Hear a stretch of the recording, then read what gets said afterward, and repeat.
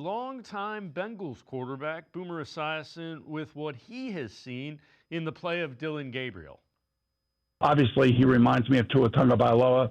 I just don't know if these guys are big enough, really. Honestly, with the size and speed, and when you think about 6-foot quarterbacks, maybe he's a little bit taller than that.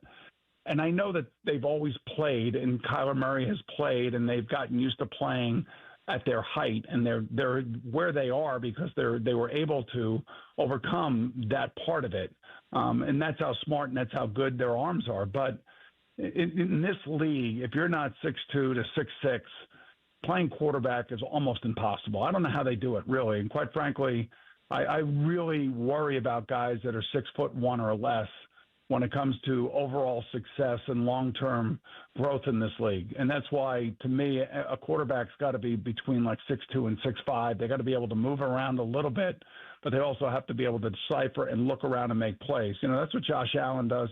And quite frankly, when you think of the smaller quarterbacks that have had success in this league, like Drew Brees or Michael Vick, I mean, they were different players. They were different types of people. So, and they were playing in a different league back then than the guys are playing now. So it's hard for me to actually get a sense of how good Dillon can be. I know he was great in college in Oregon, and I love the fact that he's a lefty. I just don't know if he's big enough.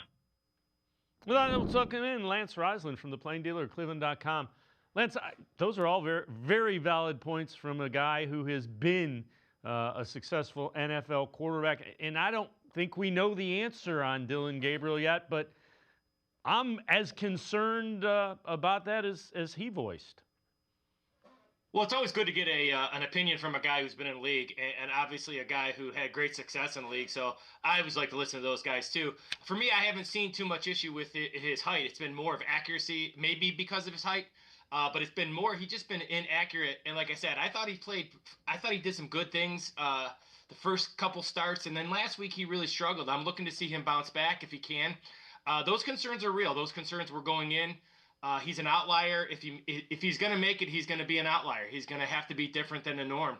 There's a lot of what Boomer said there in terms of seeing the entire field, I guess, would be something that he's referring to. So it's a concern for everyone. I think if you can rely on his strengths and do the things that he does well, he has a chance to be successful in this league. It's going to be interesting moving forward, especially with the pieces around him not being maybe as talented as other teams. I think you and I talked last week about this as well. I was disappointed because he had time against the Patriots, and it didn't improve his ability to get the ball downfield. That was the main thing that concerned me. Well, yeah, the thing that concerned me is when he missed a couple things. He missed the interceptions, Spillane, who dropped out from the line of scrimmage. And you're right. He had pretty good protection. And like I said, the first couple weeks when he did things wrong, it was kind of everybody was involved. This week was on him. This past game was on him. He had some time. He had some open guys.